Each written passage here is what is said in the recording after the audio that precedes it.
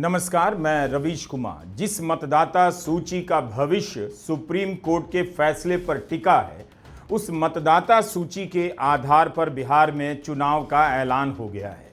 ऐसा नहीं है कि एसआईआर की सूची बन जाने के बाद सारे सवाल खत्म हो चुके हैं, बल्कि कई सवाल तो नए सिरे से उठ रहे हैं जिनका जवाब नहीं दिया जा रहा है, और जवाब दिए बगैर उन सवालों को समाप्त मान लिया जा रहा है।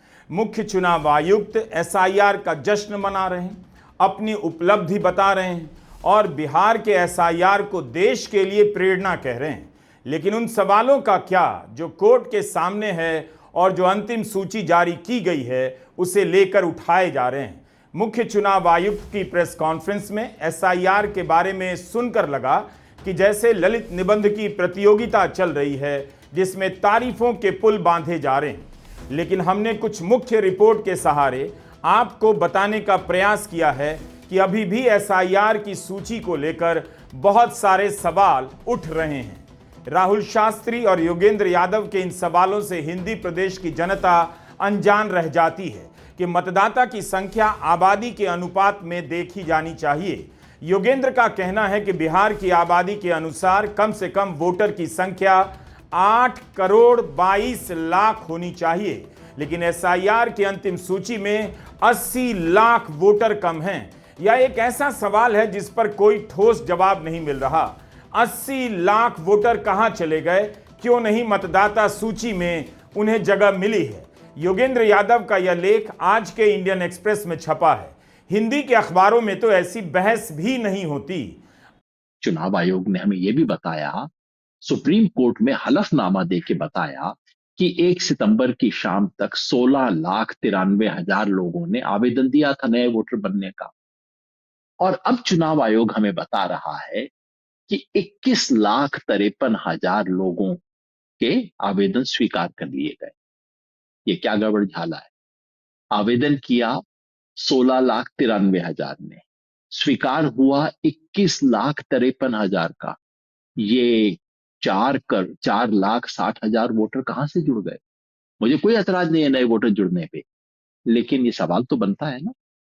दूसरा सवाल ये बनता है कि ये जो नाम डिलीट हुए, 3,66,000 जो नाम कटे हैं, उनमें से कितने नाम इस आधार पर कटे हैं कि उनके पास दस्तावेज नहीं थे?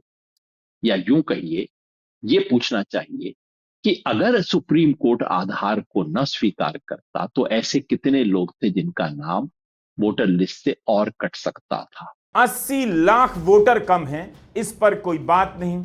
1 करोड़ 30 लाख से अधिक वोटर के पते संदिग्ध हैं, इस पर कोई जवाब नहीं। और जश्न मनाया जा रहा है, एसआईआर पूरा हो गया। ऐसा ही पूरा करना था तो अपने कमरे में बैठकर लिस्ट बना देते। योगेंद्र यादव ने लिखा है कि जो अंतिम सूची आई है उसमें 24,000 वोटर की एंट्री में जिब्रिश है, यानी अ ब स य र ल व कुछ भी लिखा हुआ है नाम की जगह। इस टाइप की उलूल जुलूल एंट्री है। स्त्री, पुरुष और ट्रांसजेंडर के अलावा 6,000 वोटर का लिंग किस श्रेणी में है पता नहीं चलता। 2 लाख से ज्यादा वोटर के पतों के आगे कुछ भी नहीं लिखा है, या मकान का सही नंबर नहीं है, योगेंद्र ने अपने लेख में बताया है। देखा जाए तो बिहार में 24 लाख घर ऐसे हैं जहां 10 से अधिक लोग रहते हैं। चुनाव आयोग खुद ऐसे पतों को संदिग्ध मानता है, लेकिन इस तरह के पते वाले वोटर अंतिम सूची में आ गए हैं। इन उदाहरणों को देते हुए योगेंद्र यादव का कहना है कि क्या इस तरह की सूची को आदर्श सूची आप कह सकते हैं? योगेंद्र यादव ने प्रोविजनल तौर पर लिस्ट के अध्ययन के बाद यह सब लिखा है कि इस हाल में सूची को देखना उदास करता है। डुप्लीकेट वोटर की संख्या 5 लाख बताई है योगेंद्र ने, लेकिन रिपोर्टर्स कलेक्टिव की आयुषी कार और विष्णु नारायण ने अपनी जांच में 14,35,000 वोटर का डुप्लीकेशन पकड़ा है। यानी इन मतदाताओं की एंट्री में वोटर नंबर अलग अलग है, मगर वोटर का नाम और माता पिता का नाम हूबहू दिया गया है। रिपोर्टर्स कलेक्टिव की यह रिपोर्ट आपको किसी हिंदी अखबार में नहीं मिलेगी। क्या इस सवाल का जवाब नहीं मिलना चाहिए कि रिपोर्टर्स कलेक्टिव ने ड्राफ्ट सूची के आधार पर बिहार के पिपरा में एक ही पते पर 509 मतदाताओं को पकड़ा, लेकिन जब फाइनल लिस्ट आई तो उस पते पर 505 मतदाता अभी भी दर्ज हैं। ड्राफ्ट सूची में जिस पते पर 459 मतदाताओं की एंट्री थी, अंतिम सूची में उसी जगह पर 442 मतदाताओं के नाम जोड़े गए हैं। रिपोर्टर्स कलेक्टिव का दावा है कि अगर आयोग और उसके कर्मचारियों ने असल में घर घर जाकर मतदाताओं का वेरिफिकेशन किया होता तो ऐसी त्रुटियां देखने को नहीं मिलती। अंतिम सूची में 1,32,00,000 वोटर के पते संदिग्ध हैं। यह कोई मामूली संख्या नहीं हो सकती। रिपोर्टर्स कलेक्टिव इन पतों को काल्पनिक बता रहा है। यह तो सरासर घोटाले के समान है। इस सवाल के उठने पर आयोग को बताना चाहिए कि कोई पता काल्पनिक नहीं है। इसकी रिपोर्ट में यह भी लिखा है कि ये वे पते नहीं हैं जिन्हें चुनाव आयोग उन लोगों को देता है जो बेघर हैं या पंजीकृत पते पर नहीं रहते। ये वे मामले हैं जहां अलग अलग परिवारों, जातियों और समुदायों के लोगों को गलत तरीके से मनगढ़ंत पतों पर एक साथ रजिस्टर कर दिया गया है। क्या यह इतनी छोटी बात है कि इसका जवाब न दिया जाए? इस तरह की गलतियों के साथ बिहार में मतदान होने जा रहा है। आयोग अपनी ही तारीफ में जुटा है, पत्रकारों के दावों को भ्रामक बताने लग जाता है। कायदे से आयोग को हर क्षेत्र में ऐसी सूची प्रकाशित करनी चाहिए कि वो मकान कौन कौन से हैं जहां 10 से लेकर 500 वोटर रहते हैं, ताकि प्रत्याशी उन घरों में जल्दी पहुंच जाएं जहां 500 वोटर रहते हैं। इससे नागरिकों को भी सुविधा होगी। मतदान से एक रात पहले इन घरों की निगरानी की जा सकेगी कि यहां कुछ बटने तो नहीं लगा। ऐसा लग रहा है कि सब कुछ मजाक चल रहा है। ऐसी गलतियां पकड़ी जा रही हैं और मुख्य चुनाव आयुक्त बूथों की संख्या, बीएलओ की संख्या बताने लग जाते हैं ताकि लगे कि जवाब दिया जा रहा है। जवाब में भयंकर भयंकर बातें कही जा रही हैं। लगभग 22 वर्षों के बाद बिहार में मतदाता सूची के शुद्धिकरण का कार्य सफलतापूर्वक 30 सितंबर को संपन्न हुआ। लगभग सभी राजनीतिक दलों ने ये मांग की थी कि मतदाता सूची में काफ़ी त्रुटियां हैं और इसको मद्देनज़र रखते हुए ये कदम उठाया गया। हालांकि सोशल मीडिया पर इसके बारे में कुछ बढ़ चढ़कर कहा गया, लेकिन सत्यता ये है कि आज की तारीख में बिहार के 243 इलेक्टोरल रजिस्ट्रेशन ऑफिसर्स ने 90,000 बूथ लेवल ऑफिसर्स के साथ मिलकर 1.6 लाख बूथ लेवल एजेंट्स, जो कि 12 मान्यता प्राप्त राजनीतिक दलों ने नियुक्त किए थे, उनके साथ मिलकर इस सूची को शुद्ध करने का बहुत ही सराहनीय काम किया है और बिहार ने देश को ये राह दिखाई है। हम उन रिपोर्ट का संकलन आप तक पहुंचा रहे हैं जो एसआईआर की अंतिम सूची आने के बाद छपी है। न्यूज लॉन्ड्री की सुमेधा मित्तल ने एक रिपोर्ट में बताया है कि 2,92,000 से अधिक मतदाताओं के घर का पता शून्य दर्ज किया गया है। रोहतास जिले के कोपा गांव के बूथ नंबर 106 पर मतदाताओं के नाम की जगह बिंदु को ही एंट्री बना दिया गया है। सुमेधा मित्तल, विशाल वैभव और हेमंत पांडे ने मधेपुरा जिले के गांव में एक ही पते पर 1,000 से अधिक लोगों के नाम दर्ज पाए हैं। बताइए, 22 साल बाद एसआईआर हुई, शुद्धिकरण का दावा किया जा रहा है। क्या यही शुद्धिकरण है कि एक मकान के पते पर 1,000 वोटर दर्ज हैं और पते की जगह बिंदु डाल दी जा रही है? रिपोर्टर्स ने लिखा है कि अब जमीन पर जाकर देखा जाए तो कहीं घर नहीं मिल रहा। इस पर वोटिंग होने जा रही है। पूनम अग्रवाल, जो चुनाव आयोग के मामलों पर नजर रखती हैं, नियम कायदों को जानती हैं, उन्होंने द वायर में लिखा है कि एसआईआर से पहले 2009 से लेकर जनवरी 2025 तक चुनाव आयोग मतदाता सूची को 8 अलग अलग कैटेगरी में जारी करता था, जिससे अध्ययन करना आसान हो जाता था। एसआईआर की सूची को अलग अलग कैटेगरी के साथ क्यों नहीं जारी किया गया, जबकि इस बार तो आंकड़े और भी विस्तार से इकट्ठे किए गए हैं। पहले के आंकड़ों में हर विधानसभा में मतदाताओं के लिंग अनुपात का डेटा दिया जाता था। मतदाताओं और आबादी का अनुपात उम्र के हिसाब से डेटा होता था। कितने लोग डिलीट हुए, कितने जोड़े गए, इसका डेटा दिया जाता रहा है। मतदाता सूची में विधानसभा के हिसाब से एपिक नंबर और फोटो कवरेज की जानकारी दी जाती थी। पोलिंग स्टेशन की जानकारी, सैन्य बलों और सरकारी कर्मचारियों से जुड़ी जानकारी और प्रवासियों की तमाम जानकारी प्रकाशित की जाती थी, लेकिन इस बार ऐसा कुछ नहीं किया गया। पूनम अग्रवाल की मांग है कि चुनाव आयोग को बिहार एसआईआर का आंकड़ा इस तरह से भी देना चाहिए, अलग अलग कैटेगरी में। जब आयोग के पास सारे आंकड़े हैं तो उन्हें क्यों नहीं जारी किया जा रहा है? समरी रिवीजन के आंकड़े तो इसी तरह से दिए गए, तो एसआईआर के आंकड़े क्यों नहीं दिए जा रहे हैं? क्या ऐसा इसलिए किया जा रहा है क्योंकि आयोग की गलतियों को पकड़ना आसान हो सकता है? दो चीजें सामने आती हैं। एक तो ये उनके पास ऑलरेडी फॉर्मेट मौजूद है और उनके पास साथ ही ट्रेन्ड ऑफिसर्स भी हैं जो ये चीज कर सकते हैं। तो अब बात ये है कि बिहार एसआईआर वाले मैटर में अभी तक हमें इस तरह का कोई डेटा नहीं आया।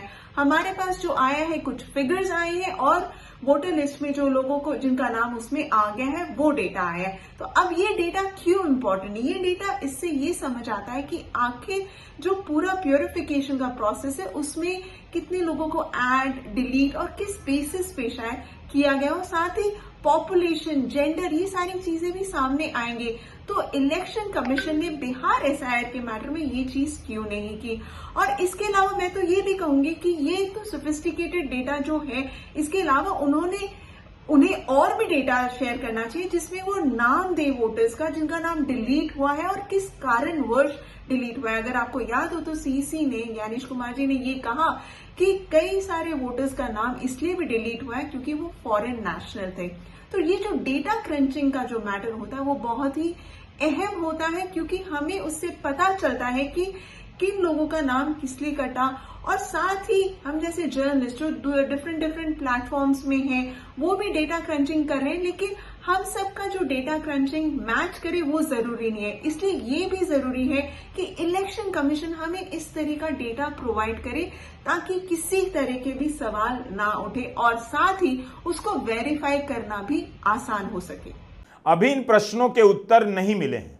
वोटर लिस्ट की जांच भी बाकी है, लेकिन आयोग जश्न मना रहा है। योगेंद्र यादव ने एक सवाल किया है कि एसआईआर की अंतिम सूची में 65 लाख से कम नाम नहीं है। यह कोई खुश होने वाली बात नहीं। अनुमान तो 2 करोड़ लोगों के नाम कट जाने का था। यह इसलिए नहीं हो सका कि सुप्रीम कोर्ट सतर्क हो गया। कोर्ट की निगरानी के कारण आयोग को डैमेज कंट्रोल करना पड़ा। क्या यह अच्छा नहीं होता कि कोर्ट ही चुनाव के ऐलान से पहले इस पर अंतिम फैसला सुना देता? यह सवाल चुनाव आयोग की प्रेस कॉन्फ्रेंस में उठा कि मुख्य चुनाव आयुक्त जिस एसआईआर की बड़ाई करने में लगे हैं उस पर सुप्रीम कोर्ट ने अंतिम निर्णय नहीं दिया है। सर, सवाल यह है कि कल सुप्रीम कोर्ट में जस्टिस सूर्यकांत की बेंच पर एसआईआर की वैधता को चुनौती देने वाली याचिकाओं पर सुनवाई है। इलेक्शन कमीशन की इस सुनवाई के दौरान जो है वो कोर्ट ने यह भी कहा था कि अगर जरूरत पड़ी तो हम पूरी इस प्रक्रिया को भी जरूरत पड़ने पर वैध या अवैध करार दे सकते हैं। अभी चूंकि सुनवाई सब जुडिस है, तो क्या सुप्रीम कोर्ट, क्या इलेक्शन कमीशन मानता है कि जो एसआईआर की प्रक्रिया है उसे अंतिम मुहर सुप्रीम कोर्ट से एक तरह से मिल चुकी है जो बिहार में पूरी प्रक्रिया हुई है? सुप्रीम कोर्ट में चल रही सुनवाई का क्या भविष्य होगा? क्या कोर्ट इस मोड़ पर एसआईआर को अवैध घोषित कर सकता है? इलेक्टोरल बॉन्ड के फैसले में क्या हुआ? कई चुनाव गुजर गए, लेकिन एक वक्त आया जब सुप्रीम कोर्ट को कहना पड़ा इलेक्टोरल बॉन्ड अवैध है, इल्लीगल बताया गया। सुप्रीम कोर्ट का फैसला आया 15 फरवरी 2024 को। लोकसभा चुनावों की घोषणा हुई 16 मार्च 2024 को। चुनाव का ऐलान होने के बाद राजनीतिक दलों के पास समय नहीं होता है और आम लोगों में मतदाता सूची जैसे टेक्निकल मामलों को देखने की क्षमता नहीं होती। लेकिन जो लोग देख सकते हैं, एक्सपर्ट हैं, जिन्हें पता है कि क्या हो रहा है, उनके सवालों के जवाब दिए जाने चाहिए। कहीं ऐसा तो नहीं कि धक्का मुक्की हो हंगामा की आंधी में एसआईआर को चुनाव की जमीन पर उतार दिया गया है ताकि चुनाव के बाद अदालत से पहले एसआईआर पर जनता की मुहर का ढोल पीटा जा सके। अच्छा होता सुप्रीम कोर्ट में एसआईआर की सुनवाई चुनाव के ऐलान से पहले खत्म होती और फैसला आता। सुनवाई को ठीक से देखें तो आयोग को कई मामलों में हार का सामना करना पड़ा है। आधार का किस हद तक चुनाव आयोग ने विरोध किया, लेकिन कोर्ट ने 12वें दस्तावेज के रूप में आधार को शामिल करने का आदेश दिया। यहां तक मांग करनी पड़ी याचिकाकर्ताओं को कि मतदाता सूची को इस तरह से दिया जा सके कि नाम, पता, उम्र वगैरह पढ़ा जा सके। इसके लिए भी कोर्ट को आदेश देना पड़ा कि पढ़ने के साथ साथ सर्च किया जा सके, इस तरह की मतदाता सूची जारी हो। तीसरा मामला यह है कि आयोग को बताना पड़ेगा कि किस लिए नामों को हटाया गया। आयोग अगर खुद से यह काम कर रहा होता तो क्या कोर्ट को आदेश देने पड़ते? यही कारण है कि प्रेस कॉन्फ्रेंस में अब चुनाव आयोग की साख को लेकर पत्रकार सवाल पूछने लगे हैं और इसका जवाब नहीं आता। मेरा नाम मनीष है, मैं डिकोडर से हूँ। आपने SIR बिहार में कराया, इतना बड़ा जाइगेंटिक टास्क था। कई सारे इलेक्शन एक्सपर्ट्स, एनालिस्ट, जिसमें आपके फॉर्मर CEC हैं, उन्होंने कहा कि ये जो पूरा एक्सरसाइज है, इतने बड़ा एक्सरसाइज इलेक्शन बाउंड स्टेट में 4 महीने पहले कराना, ये इलेक्शन कमीशन का इनकम्पिटेंस है, उन्होंने ऑन रिकॉर्ड कहा। दूसरे कई लोगों ने कहा कि ये 50 सालों में चुनाव आयोग के द्वारा सबसे वर्स्ट डिसीजन था। कुछ लोगों ने ये भी कहा कि ये इनकम्पिटेंस प्लस मोटिवेटेड डिसीजन इसलिए रहा कि इसमें कुछ सेक्शंस ऑफ द सोसाइटी को जानबूझकर एक्सक्लूड करने की कोशिश की गई। So what is your response to, how do you respond to this charges of incompetence plus motivated decision? मेरा नाम रविंद्र सिंह शोरान है, मैं एक इंडिपेंडेंट जर्नलिस्ट हूँ। सर, मेरा सवाल यह है कि इलेक्शन को निष्पक्ष कराना आपके लिए एक चुनौती है। पहला आपका इलेक्शन है CEC के तौर पर, तो आपको शुभकामनाएं।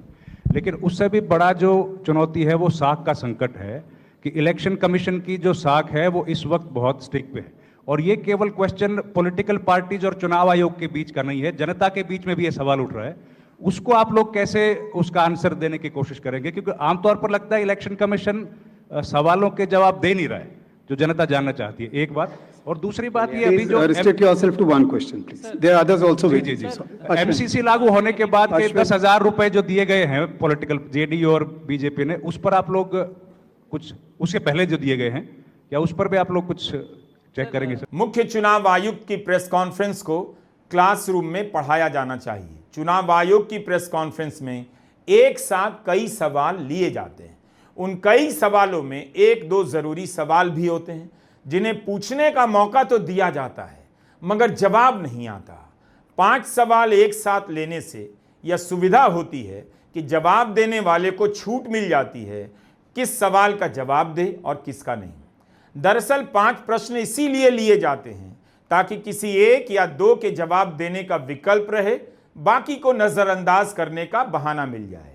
इसलिए चुनाव आयोग की प्रेस कॉन्फ्रेंस के बारे में क्लासरूम में पढ़ाया जाना चाहिए कि कैसे सवालों के जवाब नहीं दिए जाते और जब दिए जाते हैं तो उनमें कुर्सी, टेबल, पंखा, गिलास, मग, बाल्टी, चद्दर, डोरमेट, बूथ नंबर, BLO के नंबर गिना गिना कर जवाब को लंबा कर दिया जाता है। पता ही नहीं चलता कि यह जवाब है या टेंडर की लिस्ट है। यह सवाल कब से पूछा जा रहा है, इसका साफ जवाब क्यों नहीं दिया जा सकता? इसीलिए कहता हूं कि हर नागरिक को मुख्य चुनाव आयुक्त की प्रेस कॉन्फ्रेंस खुद से देखनी चाहिए। चुनाव आयोग के YouTube चैनल पर मौजूद है। आप खुद भी नोट कीजिए कि कौन सा सवाल पूछा गया, जवाब किसका नहीं दिया गया। जैसे नागरिकता की पहचान के नाम पर SIR का ऐलान हुआ, उसके आधार पर आधार कार्ड का विरोध हुआ, लेकिन सुप्रीम कोर्ट ने कह दिया आधार को शामिल करना पड़ेगा। जब आपने नागरिकता की जांच के लिए SIR का ऐलान किया तो सबसे पहले यही बताना था कि कितने वोटर ऐसे मिले जो भारत के नागरिक नहीं थे। प्रेस नोट में भी उसका जिक्र नहीं, पूछने पर चुप्पी साध ली जाती है या कुछ कुछ बोल दिया जाता है। ये कुछ क्या होता है? 5 घुसपैठिए मिले या 25 मिले, कितने मिले बताइए तो। Sir, Arunima from CNN News 18. Right here. So the SIR process has ended here. But is there any data point available as to how many illegal immigrants were detected at the end of the SIR process? Yogendra Yadav ने लिखा है कि घुसपैठ के आधार पर BJP ने एक भी ऑब्जेक्शन दर्ज नहीं कराया है, लेकिन उसके नेता घुसपैठ का मुद्दा बनाते हैं। आयोग को जवाब देना चाहिए, क्या यह सही है कि बीजेपी ने घुसपैठ को लेकर एक भी ऑब्जेक्शन दर्ज नहीं कराया? पटना से लेकर दिल्ली तक घुसपैठ को लेकर सवाल पूछे गए, भाषण दिए गए, बहस हुई, मगर जवाब नहीं दिया जा रहा है। क्या इसलिए बिहार की जनता शुरू से ही घुसपैठ के भ्रम को लेकर जागृत थी? अब तो बता दीजिए ना। ये आपने 3,66,000 नाम जो काटे हैं, इनमें से कितने नाम हैं जो बांग्लादेशी या रोहिंग्या के हैं? चलिए, आपको बांग्लादेशी रोहिंग्या पता नहीं होंगे, आप यही बता दीजिए फॉरेनर कितने मिले आपको। आपको ध्यान होगा, कुछ दिन पहले मैंने वीडियो रिलीज करके बताया था कि एक हफ्ते पहले तक जो सूचना हमारे पास चुनाव आयोग की वेबसाइट पे थी, उससे पता लगता था कि कुल मिला के 1,000 ऑब्जेक्शन भी नहीं आए हैं इस ग्राउंड पे। 7,24,00,000 नामों में से 1,000 से कम ऑब्जेक्शन है। 987 ऑब्जेक्शन इस ग्राउंड पे है कि कोई व्यक्ति फॉरेनर है, और उसमें भी अगर आप बांग्लादेशी और रोहिंग्या नाम ढूंढना चाहें, यानी कि मुस्लिम नाम, वो 250 भी नहीं है। आयोग सोशल मीडिया से उम्मीद करता है फेक न्यूज ना फैलाए, लेकिन आयोग ने अपने उस सूत्र का क्या किया जो घुसपैठियों के होने की फेक न्यूज फैला रहा था। अगर कोई फेक न्यूज या मिस इन्फॉर्मेशन होती है, खास तौर से सोशल मीडिया या किसी भी और प्लेटफॉर्म पर, तो उस मिस इन्फॉर्मेशन को काउंटर किया जाएगा। और जब प्रधानमंत्री मोदी घुसपैठ को लेकर फेक न्यूज कहेंगे तो क्या चुनाव आयोग काउंटर कर लेगा? कर सकता है, बता सकता है कि कितने घुसपैठिए मिले हैं। प्रधानमंत्री जी झूठ मत बोलिए। सोशल मीडिया को उपदेश देने से अच्छा है चुनाव आयोग अपना बेंचमार्क सेट करे। सबने एक रटा रटाया जवाब तैयार कर लिया है। सोशल मीडिया में जो चलता है वो चलता ही रहेगा, आप भी देखेंगे। सीता जी नमस्कार, सुशीला जी नमस्कार, मैं आपका सम्राट चौधरी बोल रहा हूं। अब तो एआई के जरिए उप मुख्यमंत्री सम्राट चौधरी का संदेश पहुंच रहा है। राशन के उपभोक्ताओं के नाम लिए जा रहे हैं, बिजली के उपभोक्ताओं के नाम पर वीडियो भेजे जा रहे हैं, लोगों के व्हाट्सएप में वीडियो आ रहा है। क्या इन उपभोक्ताओं का नंबर विपक्ष को भी दिया जाएगा ताकि वे भी इन्हें बता सकें कि फ्री बिजली और फ्री राशन की सच्चाई क्या है? तो कहां है लेवल प्लेइंग फील्ड? सम्राट चौधरी को उपभोक्ताओं के नाम और नंबर की जानकारी किसने दी? हो सकता है ऐसे संदेश अब भी सर्कुलेट हो रहे हैं। आयोग को बताना चाहिए कि वह इन मामलों में क्या करने जा रहा है। बिहार में अब सारा फोकस टिकट वितरण पर होगा। वोटर लिस्ट को नियति का खेल मानकर छोड़ दिया जाएगा, लेकिन एक एक वोटर को देखना चाहिए, केवल अपना नहीं दूसरों का भी, और उन मकानों की पहचान की जानी चाहिए जहां 100 से अधिक वोटर रजिस्टर हैं। पता तो चले ऐसे मकान कहां बने हैं, किसके हैं और कितने बड़े हैं जहां इतने वोटर रहते हैं। भारतीय लोकतंत्र के इस फर्जी संयुक्त मतदाता परिवार का स्वागत वगैरह किया जाना चाहिए। जब इस देश में चीफ जस्टिस की ओर जूता फेंकने वाले का इंटरव्यू हीरो की तरह किया जा रहा है और लोग खुलकर जूता फेंकने वाले का साथ दे रहे हैं, समर्थन में बयान दे रहे हैं, तब क्या ही उम्मीद की जाए कि ऐसे सवालों के जवाब मिलेंगे कि एसआईआर की फाइनल लिस्ट में 1,32,00,000 से ज्यादा वोटर के पते संदिग्ध क्यों हैं? 80 लाख वोटर कम क्यों नजर आते हैं? सवाल पूछने वाला ही अपराधी घोषित कर दिया जाएगा और इस तरह के वीडियो देखने वालों से जुर्माना वसूला जाएगा। हम इस हाल में ला दिए गए हैं। नमस्कार, मैं रवीश कुमार।